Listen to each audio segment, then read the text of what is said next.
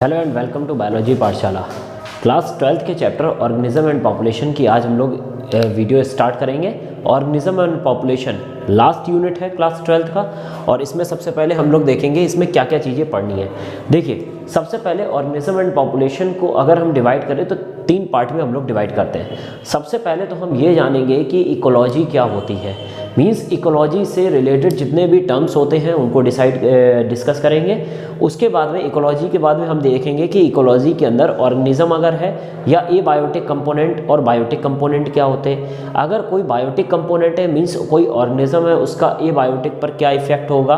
उसके बाद हम लोग डिस्कस करेंगे कि पॉपुलेशन क्या होती है, पॉपुलेशन के बिहाफ पर क्या क्या चीज़ें हैं, एडेप्टेशन डिस्कस करेंगे। उसके बाद में हम लोग इंटरेक्शन में देखेंगे। मीन्स टोटल अगर हम देखें तो 4 टॉपिक हैं मेन। एक इकोलॉजी और एक उसका बेस है, ठीक है, जहाँ पर हम लोग एबायोटिक बायोटिक कंपोनेंट देखेंगे। उसके बाद हम लोग देखेंगे पॉपुलेशंस के बारे में, पॉपुलेशंस क्या होती है और पॉपुलेशन का आपस में इंटरेक्शन क्या होता है, और देन एडेप्टेशंस देखेंगे। ठीक है, तो हम लोग आज अपना फर्स्ट टॉपिक स्टार्ट कर रहे हैं जो ऑर्गेनिज्म एंड पॉपुलेशन में। इकोलॉजी का अगर हम देखें तो सबसे पहले हम कुछ टर्म्स के बारे में डिस्कस करेंगे, क्या क्या टर्म्स होते हैं। सबसे पहले है हैबिटेट। हैबिटेट क्या होता है? ए स्पेसिफिक प्लेस और specific physical place organism occupy, मतलब कि पूरे जैसे पृथ्वी पर एक किसी भी पर्टिकुलर ऑर्गेनिज्म के द्वारा एक कोई स्पेस जगह ली जाती है और उस जगह पर वो रहता है। ठीक, वो क्या करता है? रहता है। और उस जगह पर इन्वायरमेंट का या फिर एबायोटिक कंपोनेंट का जो इफेक्ट होता है, इस पूरे को हम लोग क्या बोलते हैं? हैबिटेट बोलते हैं। जैसे मान लीजिए एक पूरी दुनिया है, अर्थ है, अर्थ पे कुछ जगह, कोई भी एक जगह है, हम ये नहीं कह रहे कि वो ऑर्गेनिज्म हमारा टेरेस्ट्रियल है या फिर क्या एक्वेटिक है।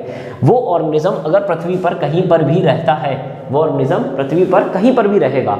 ठीक, अच्छा, पृथ्वी पर रहेगा तो फिजिकल वैल्यू लेगा, या तो लैंड लेगा मीन्स सॉइल में रहेगा, या तो वो कहाँ रहेगा? वाटर में रहेगा। दोनों में से किसी भी जगह रहेगा। अच्छा, जहाँ पर वो रह रहा है, जो भी प्लेस उसने ऑक्यूपाई किया है, वहाँ पर कोई ना कोई इन्वायरमेंट का भी इफेक्ट होगा, मीन्स एबायोटिक फैक्टर का कोई ना कोई इफेक्ट होगा। इन दोनों के कॉम्बिनेशंस को अगर हम देखें तो हम लोग क्या बोलते हैं? उस पर्टिकुलर ऑर्गेनिज्म का क्या होता है? वो हैबिटेट। मीन्स एक ऐसी प्लेस जिस पर एबायोटिक कंपोनेंट का इफेक्ट होता है, और कहाँ पर? ऑर्गेनिज्म की जगह पर जहाँ जो उसने घेरी है, उस जगह को हम लोग क्या बोलते हैं? हैबिटेट बोलते हैं। अब हैबिटेट की कुछ कैरेक्टरिस्टिक्स होती हैं, वो हो सकता है कि कुछ स्मॉल हो, मीन्स कई ऐसे हैबिटेट भी होते हैं जो छोटे होते हैं। मतलब कि जैसे एक रैट है, वो कहाँ रहता है? बरोज में रहता है। स्नेक है, कहाँ रहता है? बरोज में रहता है। उनके लिए बड़ा प्लेस तो नहीं चाहिए होता ना, छोटा चाहिए होता है। लेकिन अगर हम देखें वहीं पर पॉन्ड और ओशियंस, फिश के लिए जो एक हैबिटेट है वो उसका क्या है? वाटर एरिया है। वाटर एरिया हो सकता है कि पॉन्ड हो, वो ज़्यादा है उस बरोज से। और अगर हम देखें तो क्या कहते हैं, रेड के बरोज से ज़्यादा है, या ओशियंस ले लें जहाँ पर बड़ी बड़ी मछलियाँ रहती हैं। तो फिश हमारा हैबिटेट कैसा हो सकता है? छोटा भी हो सकता है और बड़ा भी हो सकता है, ये चीज़। उसके बाद हैबिटेट स्पेसिफिसिटी। हैबिटेट स्पेसिफिसिटी का क्या मतलब होता है? देखिए, हैबिटेट स्पेसिफिसिटी का मतलब है अगर कोई पर्टिकुलर ऑर्गेनिज्म किसी जगह पर रहता है तो वो वहीं पर रहेगा, अपना प्लेस छोड़कर कहीं और नहीं जाएगा। कहीं और जाने का मतलब ये नहीं है कि वो अपने हैबिटेट को बदले। जैसे अगर रैट है तो रैट जो है वो हमेशा टेरेस्ट्रियल एनवायरनमेंट में रहेगा, कभी वो वाटर में जाकर क्या करेगा? सर्वाइव नहीं करेगा। ठीक है, तो ये हमारी क्या कहलाती है? हैबिटेट स्पेसिफिसिटी कहलाती है। जैसे फिश है, फिश कैसी होगी? हमेशा एक्वेटिक होगी। एक्वेटिक होगी मीन्स क्या होगा? वो हमेशा पानी में रहेगी। और रैट जो होगा वो हमेशा टेरेस्ट्रियल एनवायरनमेंट में रहेगा। मीन्स कभी भी आपको हैबिटेट स्पेसिफिसिटी ही देखने को मिलेगी कुछ एनिमल्स को छोड़कर। जैसे हमने मान लिया फिश कहाँ रहती है? पानी में रहती है। पानी 2 तरह का होता है, एक हमारा कैसा होता है? सॉल्ट वाटर भी होता है, एक हमारा कैसा होता है? फ्रेश वाटर होता है। सॉल्ट और फ्रेश वाटर में भी कुछ ऐसी फिशेस होती हैं जो केवल सॉल्ट वाटर में रहती हैं, वो फ्रेश वाटर में नहीं रह सकती। कुछ ऐसी फिशेस भी होती हैं जो कहाँ पर रह सकती हैं? केवल क्या कहते हैं? फ्रेश वाटर में रहती हैं, सॉल्ट वाटर में, तो सॉल्ट वाटर में वाली फ्रेश वाटर में नहीं रह सकती। लेकिन एक मछली का एग्जाम्पल दे रहा हूँ, ऐसा एक नहीं है, कई सारी मछलियाँ होती हैं। उनमें से एक मछली है जिसका नाम है हिल्सा। हिल्सा एक ऐसी मछली है जो कहाँ पर रहती है? दोनों जगह रह सकती है। मीन्स सी वाटर में भी रह सकती है, ऐसे वाटर जिसमें ज़्यादा कैसा सॉल्टी वाटर हो, और ऐसी जगह भी रह सकती है जहाँ पर क्या हो? फ्रेश वाटर भी अवेलेबल होता है, मीन्स सॉल्ट लेस होता है। ठीक, ये हमारा क्या कहलाती है, हैबिटाट स्पेसिफिसिटी कहलाती है।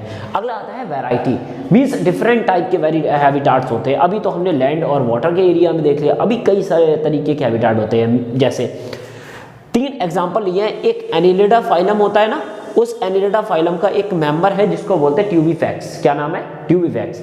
एक प्लाज्मोडियम का एग्जांपल ले लिया, एक कायरोनोमस का ले लिया। कायरोनोमस वही इंसेक्ट है जिसमें एक क्रोमोसोम दिया गया, एक क्रोमोसोम की डिस्कवरी हुई थी, ठीक है। और वो हमारा कैसा होता है, बहुत बड़ा क्रोमोसोम होता है, बल्क क्रोमोसोम उसको बोलते हैं, ठीक। एनिलिड्स में जिस एनिलिड, कौन सा एनिलिड है, ट्यूबिफैक्स। ये ट्यूबिफैक्स एनिलिड्स हमेशा उसी फ्रेश वाटर में पाया जाएगा जिसमें ऑर्गेनिक मैटर जो है वो ज़्यादा होता है। ऑर्गेनिक मैटर क्या होगा, ज़्यादा होगा, वहीं पर पाया जाएगा ट्यूबिफैक्स। जबकि प्लाज्मोडियम जो होता है वो हमारे कहाँ रहता है, लिवर सेल्स में या फिर हमारी रेड ब्लड सेल्स में रहता है। कायरोनोमस हमेशा उसी जगह पर पाया जाता है जहाँ पर हमारा क्या होता है, वाटर एब्सेंस होता है, मतलब इस वाटर डेफिसिट एरिया में जो हमारा होता है वो क्या होता है, कायरोनोमस होता है। अब हम लोग देखते हैं रीजंस, जैसे अब ऐसा क्यों होता है, क्योंकि देखिए इसका सबसे बड़ा रीज़न क्या होता है कि जो हमारा अर्थ होती है ना वो क्या है, हल्की झुकी हुई है अपने एक्सिस पर। अर्थ जो है अगर हम देखें तो ये जो हमारा, मान लीजिए यहाँ बीच में सन है और ये हमारी अर्थ है।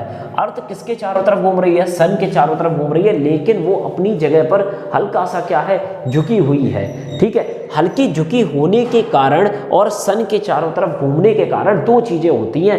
एक तो क्या होता है, टेम्परेचर वेरिएशन देखने को मिलता है, एक प्रेसिपिटेशन वेरिएशन देखने को मिलता है। मीन्स अगर हम देखें तो कई सारी जो भी चीज़ें हैं पृथ्वी पर की अलग अलग इन्वायरमेंट बन चुके हैं, तो जिसका कारण यही है कि एक तो हमारा टेम्परेचर वेरिएशन है और दूसरा क्या है, प्रेसिपिटेशन है, ठीक। लेकिन ये टेम्परेचर और प्रेसिपिटेशन हुए क्यों है, क्योंकि हमारी जो अर्थ है वो कैसी है, अपने एक्सिस पर टिल्ट है और मतलब झुकी हुई है और वो किसके तरफ घूम रही, सन के चारों तरफ। अच्छा एक बात बताइए, सबसे पहले तो हम ये जानते हैं कि जो हमारा अर्थ का जो ऑर्बिट है या अर्थ के घूमने का है वो कैसा है, ऑर्बिट होते हैं वो इलिप्टिकल है, मीन्स अंडाकार है। मीन्स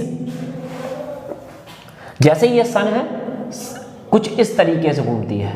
अब आपने देखा कि यहाँ से यहाँ तक की तो जो डिस्टेंस है वो कम है, यहाँ से यहाँ तक की डिस्टेंस ज़्यादा है। मीन्स जब कभी भी अर्थ यहाँ पर होगी तो अर्थ के सामने जो सन के सामने जो भी अर्थ का पोर्शन होगा वहाँ पर गर्मी पड़ेगी, लेकिन वही चीज़ अगर यहाँ पर आ जाएगी तो यहाँ पर क्या होगी, ठंड होगी। मीन्स कहीं ना कहीं ये टेम्परेचर वेरिएशन किस कारण हुआ है, अर्थ के चारों तरफ घूमने के, सन के चारों तरफ घूमने के कारण हुआ है। और टिल्ट क्यों हो रहा है, क्योंकि वहाँ पर सीजनल वेरिएशंस भी हमको देखने को मिल रहा है, डे नाइट भी है, तो ये सारी चीज़ें हमको देखने को मिलती हैं। ये एक ग्राफ दे के रखा हुआ है आपका एनसीईआरटी में, और जिस एनसीईआरटी में आपको, जिसमें से आपको ये पूछा जाता है, कभी कभार पूछा जाता है कि सबसे ज़्यादा जो वेरिएशंस है, जो प्रेसिपिटेशन कहाँ पर होता है, सबसे ज़्यादा टेम्परेचर किस जोन का, बायोम का होता है। तो हम टेम्परेचर और प्रेसिपिटेशन के आधार पर हमने देखा कि पृथ्वी पर कुछ बायोम्स हैं, मतलब कुछ ऐसी जगह हैं जहाँ पर क्या है, लिविंग ऑर्गेनिज्म सर्वाइव करते हैं।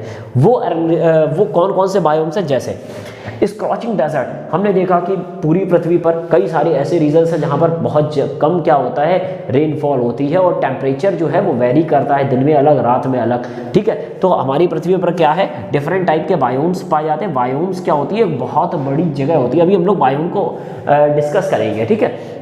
तो बायोम मतलब एक बहुत बड़ी जगह, पृथ्वी के लैंड एरिया की या वाटर एरिया की एक बहुत बड़ी जगह जहाँ पर कई सारे इकोसिस्टम्स जो होते हैं वहाँ पर पाए जाते हैं। तो हमने देखा कि क्या सबसे पहले तो पृथ्वी पर क्या हमारा पाया जा रहा है, डेजर्ट एरिया। और कैसा डेजर्ट एरिया, दिन में गर्म रात में ठंडा, ठीक है। तो ऐसा डेजर्ट हमारा क्या कहता है, स्क्रॉचिंग डेजर्ट, जहाँ पर प्रेसिपिटेशन कैसा है, बहुत कम है। लेकिन वहीं पृथ्वी पर कोई ऐसी भी जगह है जहाँ पर क्या होता है, जैसे मेघालय है, ठीक है। मेघालय जो है वो हमारा इंडिया में पड़ता है। अच्छा, इंडिया का ईस्टर्न नॉर्थ ईस्टर्न पार्ट में पड़ता है मेघालय, और वहाँ पर एक जगह है मासिन राम जहाँ पर सबसे ज़्यादा रेनफॉल रिकॉर्ड करी गई है, ठीक है। तो हमने एक जगह देखा जहाँ पर प्रेसिपिटेशन कम है और एक जगह वहाँ देखा जहाँ पर प्रेसिपिटेशन ज़्यादा भी है।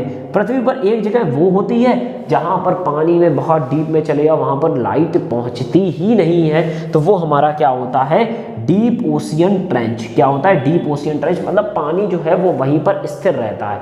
लेकिन कहीं ऐसा भी देखा हमने पृथ्वी पर जहाँ पर क्या है कि जो हमेशा क्या है, बहता रहता है, जो हमेशा क्या है, बहता रहता है। अच्छा, उसके बाद अगर हम देखें तो हाई माउंटेन टॉप, क्या है हाई माउंटेन टॉप। अच्छा, हाई माउंटेन टॉप का मतलब है कि मतलब एक ऐसी जगह, पृथ्वी पर एक ऐसी जगह जहाँ पर बहुत ऊंचे ऊंचे पहाड़ वगैरह है। तो ऊंचे पहाड़ वगैरह है मीन्स कहीं ना कहीं यहाँ पर एल्टीट्यूड देखने को मिलता है हम लोगों को। अच्छा, कई ऐसे भी रीजन हैं जो क्या कहते हैं परमाफ्रॉस्ट पोलर रीजन हुए, मतलब कि देखिए ये है हमारा, ये पृथ्वी का ये नॉर्थ पोल है, ये क्या है हमारा साउथ पोल है। तो पोलर रीजन पर भी हमको पृथ्वी एनिमल्स देखने को मिलते हैं, ऑर्गेनिज्म देखने को मिलते हैं, और माउंटेन पर भी देखने को मिलते हैं। देखिए सारी जगह जो है वो इंडिया में पाई जा रही है। जैसे सबसे पहले डेजर्ट, राजस्थान वाला एरिया, मेघालय इंडिया में ही है।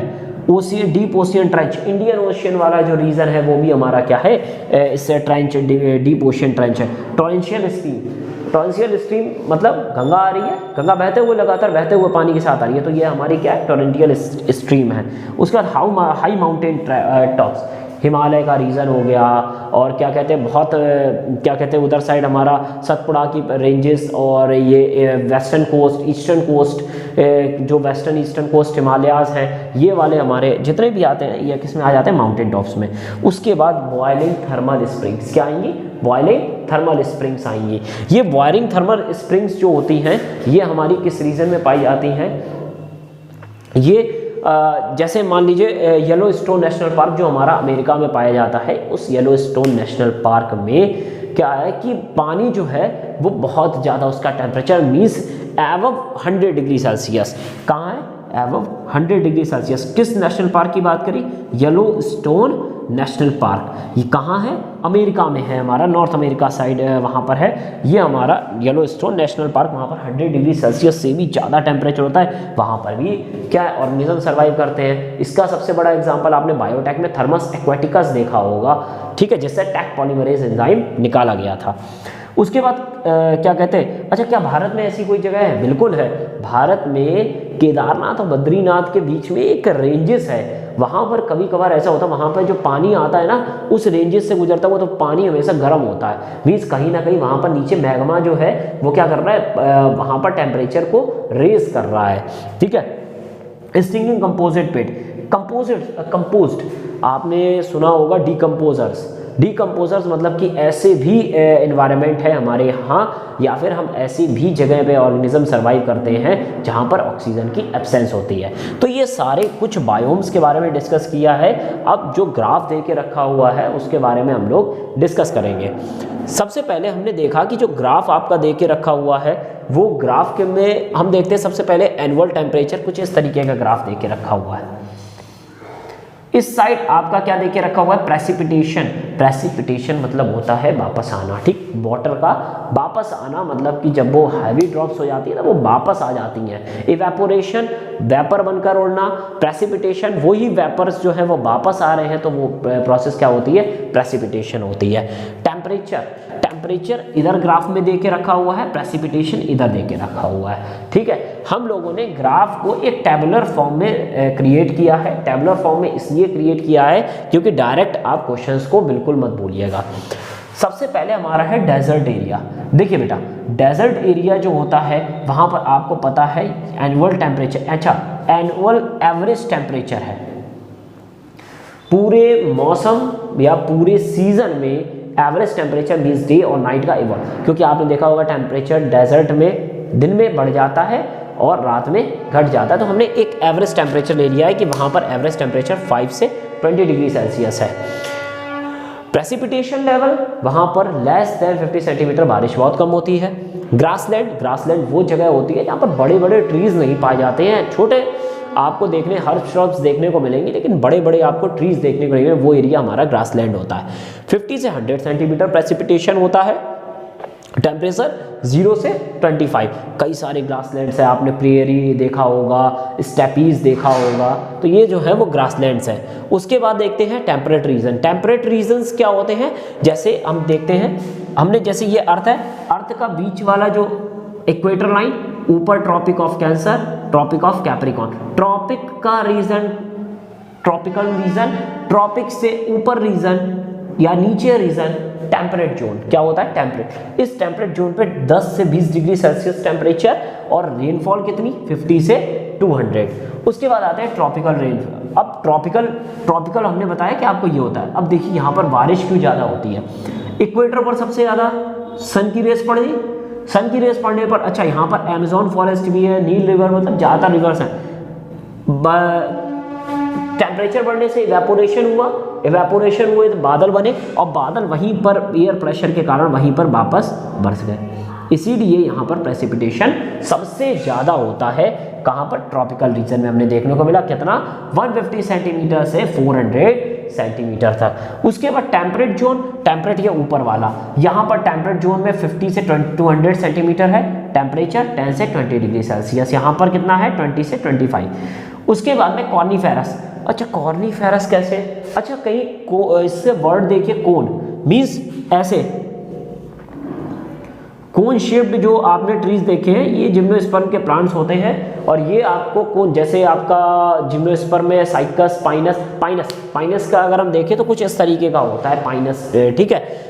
कोनिफेरस में हम देखेंगे कितना, 50 से 250 सेंटीमीटर तक की रेनफॉल होती है, 0 से 15 डिग्री सेल्सियस वहाँ पर तापमान होता है, ठीक। अब जैसे हम बात करते हैं, सबसे लास्ट हमारा आता है Arctic and alpine region, means top, mountain के टॉप पर चले जाए यहाँ पर, वहाँ पर। अच्छा एक बात बताइए, डेजर्ट और ये दोनों जीरोफिटिक कंडीशंस में है। जीरो मीन्स, जीरोफिटिक वो होते हैं जहाँ पर पानी कम बरसता है, तो 10 से 100 सेंटीमीटर। लेकिन टेम्परेचर वेरिएशन देखिए, -10 से 0 डिग्री सेल्सियस है, ठीक है। तो आपसे पूछा जा सकता है कि ऐसे कौन से बायोम है, इसमें आपको ग्राफ दे दिया जाएगा और ग्राफ के आधार पर आपको बताना होगा कि कहाँ पर सबसे कम रेनफॉल है, कहाँ पर सबसे ज़्यादा रेनफॉल है, या ज़्यादा या कम भी इस तरीके से अल्टरनेट दे सकते हैं, ठीक। नेक्स्ट वीडियो में हम लोग निके की चर्चा करेंगे, या NICHE जिसको निके भी बोलते हैं, नीची भी बोलते हैं, तो इसको देखेंगे। और माइक्रो हैबिटाट क्या होता है और टर्म के बारे में भी डिस्कस करेंगे। Thank you very much.